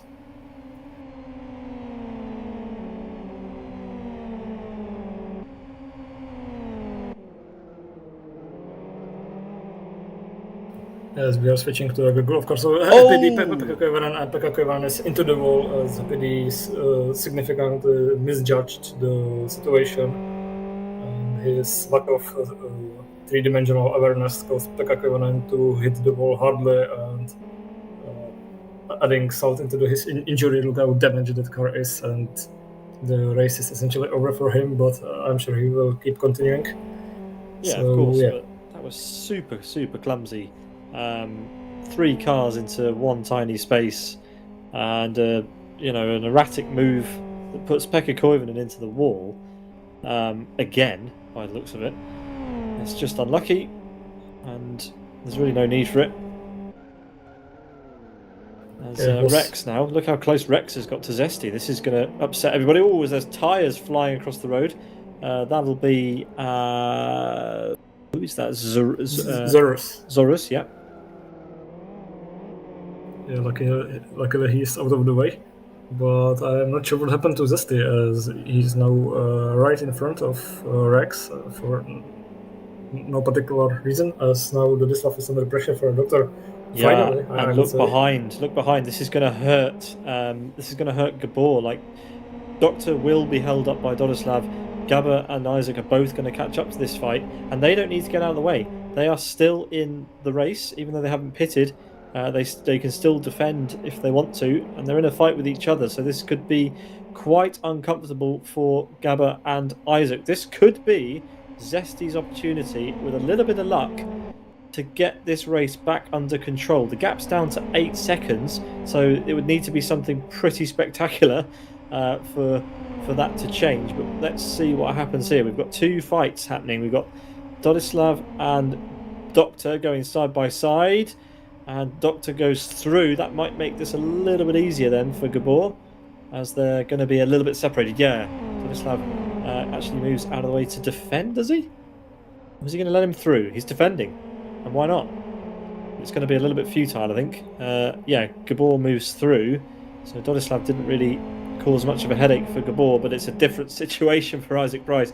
Isaac is going to be absolutely fuming with this, unless he can find a way to wiggle through, Michael. Yeah, it's a terrible timing for Isaac, but he's going for it. Turns into advantage, as he managed to gain some momentum over Gabor in the slipstream of Dodislav. So I think he even gained something from this unfortunate situation. And maybe, I mean, by the remarkable. Yeah, potentially. Wow. Fair play to Dodislav for realising what Isaac was doing there. He went for the move. Dodislav opened it up and let it happen. But yeah, that could have gone pretty differently. Remember, you've still got Doctor, who, if he's smart, he'll pit and get out of the way. He won't want to be in a fight with these two at all. But yeah, that's definitely helped Gabor in the end. The gap to Zesty down to just 7.5 seconds now. Zesty's spun. He's out. Oh, yeah. So Zesty's spun, and now Rex has moved ahead of him. So it's gone from bad to worse. That's it. It's game over for Rex. For Zesty, sorry, he's not going to be on the podium. all gone wrong. Rear tires are definitely cooked. I didn't see what happened, but it's most likely that he spun over the grass. Yeah, it's confirmation that he went white and just spun. So it seems like no collision between the two drivers out front. Yeah, you don't wish it on anybody, but not good. Let's see what Gabor is going to do with Doctor here. He's on the slipstream into the gap on the inside, and he is through, and you can see there visibly the gap between himself and Isaac has opened up once again. So the cards are falling in favour of Gabor right now.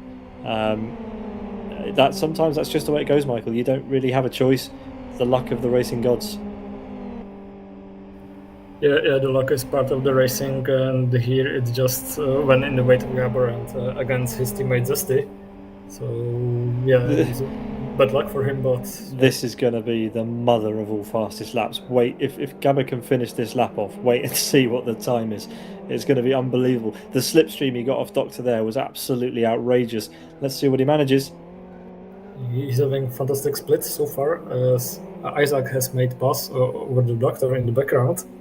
But let's keep focus on Gabor and his possibly fastest lap of the race. I'd be very surprised if it wasn't. That was a monster time. Just into the pit lane, meanwhile. Yeah, he's out of it. He's not going to be anywhere near the front after he rejoins. Unfortunately, what did Gabor set there as his was it a fastest lap?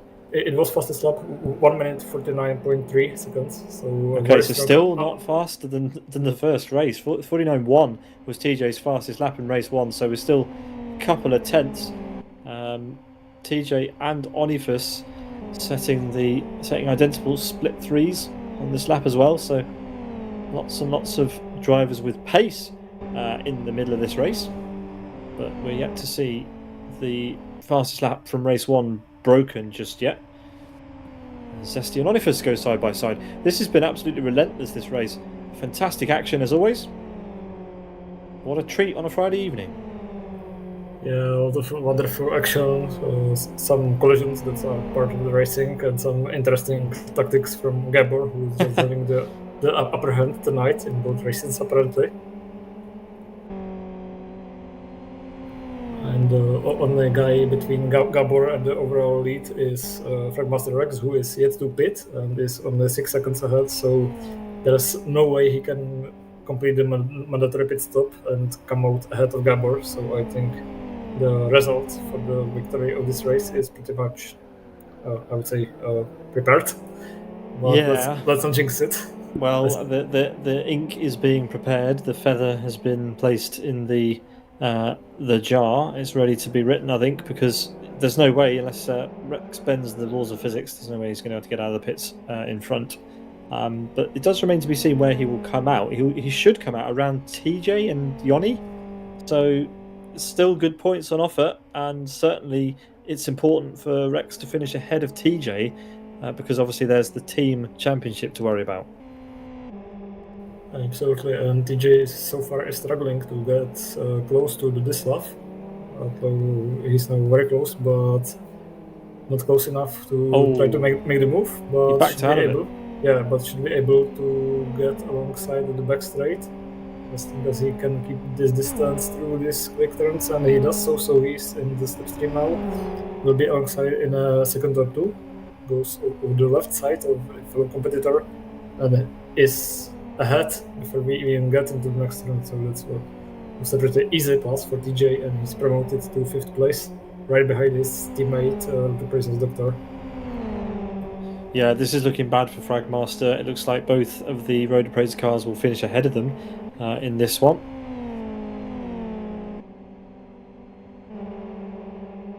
As we've got Zesty catching up to Yoni Katilla, would you believe that? Is not something I was expected to say. Yoni's pace in this race has not taken him any further forwards, and it's possible that Zesty could take a place away from Yoni, stopping his advance through the field, capping it at P8.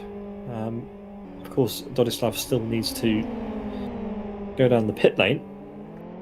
Speaking of pit lane, who else needs to go through? Doctor still needs to go through. Interesting. So you can redact what I just said about Fragmaster and Road Appraiser. Doctor's not going to have a good finish here. And if Onifus can get ahead of him, then Fragmaster might have some good points. Let's see what happens. Rex in the pit lane. Gabber and Isaac Price streak past. But yeah, Rex will be leaving the pit lane now. Doctor goes through, so too will TJ. And it is going to be P5 for now for Rex. But when is Doctor going to go down the pit lane? Well, when he does, he's coming out quite a way down. Probably, actually, yeah, it will be behind Onifus, possibly Roger. So, yeah, not a good race 2 for Doctor at all here, Michael. Yeah, definitely. I'm curious to see the points table once the results of these 2 races are set in stone, because the team's championship is really interesting at this point. Yeah, absolutely. It changes all the time, and the gap is big, but it's not insurmountable.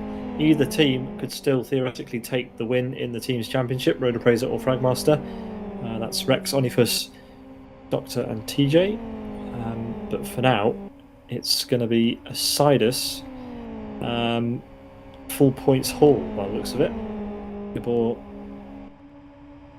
brilliantly executed strategy in race 1, pitting a couple of laps ahead of Isaac and TJ and getting through the pit lane on his own. That left Isaac and TJ to scrap it out in the pit lane, ultimately costing them about a second. And that's how Gabor got the win. It's not over yet, though. Isaac has looked pretty threatening in the last few laps. The gap has come down gradually, and we still have 4 laps to go once they cross start-finish. It's not over, folks. One good slipstream, and Isaac Price could be right back in this race. Yeah, and same applies to Sidus Zesty, who is just close enough to True Alpha, the Unique Attila, in P7. Isaac now acquires the fastest lap. 0.1 of a second faster over the last 2 laps. It's enough to get a slipstream on the final lap if he can do that again for the next 3. Well, it doesn't get more exciting than that, potentially. Isaac will definitely want to have one of the wins tonight. He won't want to walk away with Gabor having both. The thing I said about fun earlier can be redacted too. Isaac will start to care at this point. He won't want Gabor to run 2 rings around him tonight. Absolutely not. So let's see what happens. Isaac's got the bit between his teeth. Fastest lap last 2 times around. Let's see what he can pull out of the bag towards the end of this race. 4 to go, including this one. I'm sure that Isaac Price realizes that he's now battling a guy who's drilling the Fox Friday events week after week, so he's definitely in the, let's say, experience disadvantage. So I think he should be happy with P2, but he's definitely eager to try to win this race after all, and he's getting ever so close. I think in the 3 remaining laps we can still witness some interesting attempts to regain the lead of this race. Yeah, we've got back markers that might come into play as well. There's a Fragmaster car just there. We've got the teammates are back together, but Doctor needs to go in the pit lane. He should go in the pit lane now and not hold his teammate up, which he seems to be doing, which TJ will not be happy with that at all. But anyway, that's their problem, as we've got Rex with Dodislav still there. So has Dodislav pitted yet? Has he even been in the pit lane? He hasn't, so he still needs to pit. So too does Doctor and Hermani. So expect those guys to drop down the order somewhat. Speaking of dropping down, it doesn't look like Zesty's managed to get through on Yoni, so he has actually moved back a little bit further. Yoni managed to hold on to P7. Did look a little bit ominous. He might have lost out on that, as actually Rex and Dodislav side by side.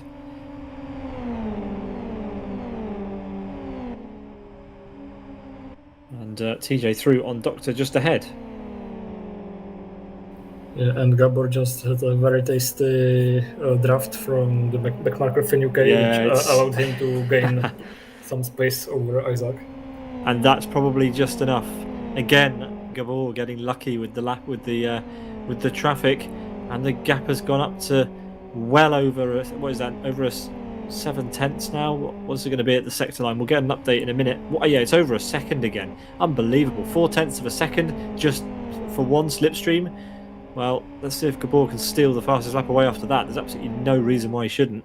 That sort of advantage from a slipstream is, you can't you can't get it any other way. So unless he loses all that time again, this should be another fastest lap for the first place man at the moment. Yeah, and then meanwhile, Dodislav made a huge mistake, almost spun and dropped down to P9, so that's his effort essentially over. Yeah, let's see what Gabor can manage as he comes across start finish. The gap up another 0.2 in the last sector, and it's not the fastest lap. So even with that slipstream, it was a PB, but not the fastest lap. Isaac Price's fastest lap is unbelievable, but still not good enough for P1.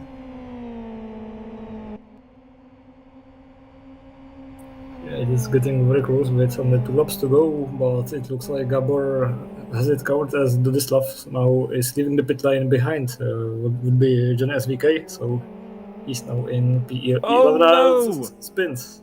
No, it was looking so good, and after what a performance that Dodislav's put on today, I think a P10 was more than deserved.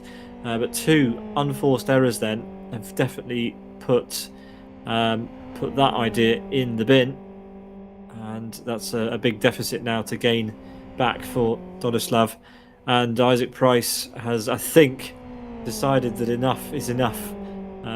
He'll be pushing, but he'll know that it's over. There's no way that gap is coming down unless Gabor has a big issue. Just unlucky with the lap traffic, I think, is the case in this race. A couple of times Gabor got a lucky break. Isaac had to work harder to get past, and sometimes that's just the way it goes, and they've both driven fantastically. Let's see how this finishes. Absolutely, both have very strong sectors so far, so we might see another fastest lap at the end of this lap. Let's wait one more turn. As Doctor is still yet to pit. Yeah, he has to come in. The final opportunity, so he has to turn right to there. Where is he going to come out, though? There he goes. That's the interesting thing. He should, with the gap he's got, drop down a fair bit. He's going to come out behind Roger, for sure, and there's a huge gap to Johnny SVK, so he's coming out in P10. Roger Chen will gain another place here, which he will be very thankful for, as he will be coming up to speed past pit lane now. There he is. So, in fact, Doctor rejoins in P9. Johnny SVK, of course, will keep P10. But look at that. 1.32 seconds is all it is. And Gabor has one more lap to do before he takes the double in round 36. Yeah, now there's a healthy advantage of 1.5 seconds over the next car, which is Isaac Price, who seems to be settling down for P2 in this race as well. So let's watch along with Gabor and welcome him over the finish line with another first place trophy. As he now goes through the twisty section of this track for the very last time, keeping the gap of 1.5 seconds over Isaac. And I think he doesn't even have to push at this point, as he just doesn't have to prove anything, but I'm sure that he wants to prove. And there was a little slight, so he's still pushing for the fastest possible lap, even at this stage. And has a very good split, I would say, and this could be the fastest lap, possibly, if he does a good final turn, which he seems to be doing. So let's see what time he does as he crosses the finish line and wins this race as well. A few seconds over the line, and it's not the fastest lap, but it is the fastest anyway, lap. It's a 1:49.11. Unbelievable. 100th of a second slower than TJ. TJ's done it. He's done a 48.99. He goes underneath the 49 marker the first time in the races tonight. Unbelievable pace from TJ at the end there. And he did get on the podium. So after having a pretty disastrous start to the race, TJ, worse than disastrous, he was way down even from his starting position. He manages to get back on the podium and steals away the fastest lap from everybody. absolutely crazy pace from TJ in the end there. So brilliant stuff. What a race, Michael. That was fantastic. Absolutely, and I would never expect the fastest lap to drop below 1:49, so it was incredible from DJ. And let's get quickly through the results. So Gabor won with Isaac Price 1.6 seconds behind. Then it's TJ in third place, followed by Fragmaster Rex. Then Yoni Katila in fifth place after managing to do the mandatory pit stop in the correct way. Sixth, Zasted and Onifus, Roger Chen, Dr. John SVK, competing in top 10. Do this lap after a very strong start, finishing on the NP11, followed by El Payson, EPD, Pekka Koivunen, Paulo, Novi. And next over the line should be, let's wait, there's still some car that has to finish. Yeah, Pantheo and then Hermani will be the final two cars to complete the race. That will bring our total to, I think that is 19 cars will finish. So 21 cars will finish. And there we go.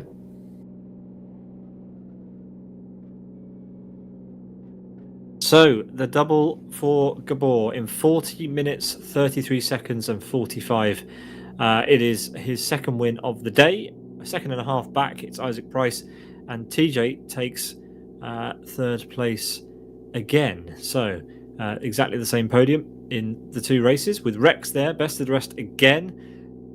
Yoni Katila actually finishing the race this time with a pit stop, which means he finishes P5, driving from the back twice to get that P5. Zesty, Onifus, Roger Chen, Doctor and Johnny SVK are your top 10, with Dodislav, who started pole, getting that P11 in the end. A bit of an insult for him. I'm sure he would have liked to have had a top 10 from that pole position. Al Payson, decent result in the end, P12. Happy D, Koivunen, Paolo, Novi, Spider-Man, Pantheo and Hermani, with Finn UK rounding up the top 20. And going on from P21, it's Zoros, followed by Gabriel, Hayden, Cabezon, Butar Racket, and the last car that apparently didn't even finish first lap was SGR ATUC. So that were the 26 racers that started this race, but these last 6 names did not finish. As you can see, DNFs next to their names. And the fastest laps goes to TJ, 1 minute 48.99, so just under the 49 seconds. Yeah, super impressive to get that on the final lap as well. I'm not sure whether it was slipstream assisted. You'd probably think so, but there's no reason to suggest it would be. We can't confirm it either way. It's an impressive feat, and best lap honours in both races go to TJ, who finished P3 in both races today. Michael, that was a pair of brilliant races. I thoroughly enjoyed that. I hope everybody else did as well, wherever you're watching from at home. That is everything we have time for this evening. Thanks, of course, to Fragmaster again for hosting these events and putting it on for all of us to enjoy, for the drivers, for the spectators, and for us for putting together the broadcast package. We really appreciate being invited along. We have a few rounds left before the end of the season, of course, 3 to go on the channel. Round 40 in a few weeks' time in October, then the round in November, and the finale on December 20th, round 50. It's going to be a knockout, and we can't wait to see who will be crowned the 2024 Fragmasters team and driver champion. Michael, thank you very much for joining me. It was a pleasure to be here with you, and I'm looking forward to another fantastic racing in this Fox Friday Championship next month. Absolutely. Congratulations to our podium once again, and for the double for Gabor. And from all of us here at Sim Broadcast, we wish you a very nice weekend. Thanks as ever for watching, and we'll see you all on the next one. From all of us here to all of you, have a great one. Good night. Good night.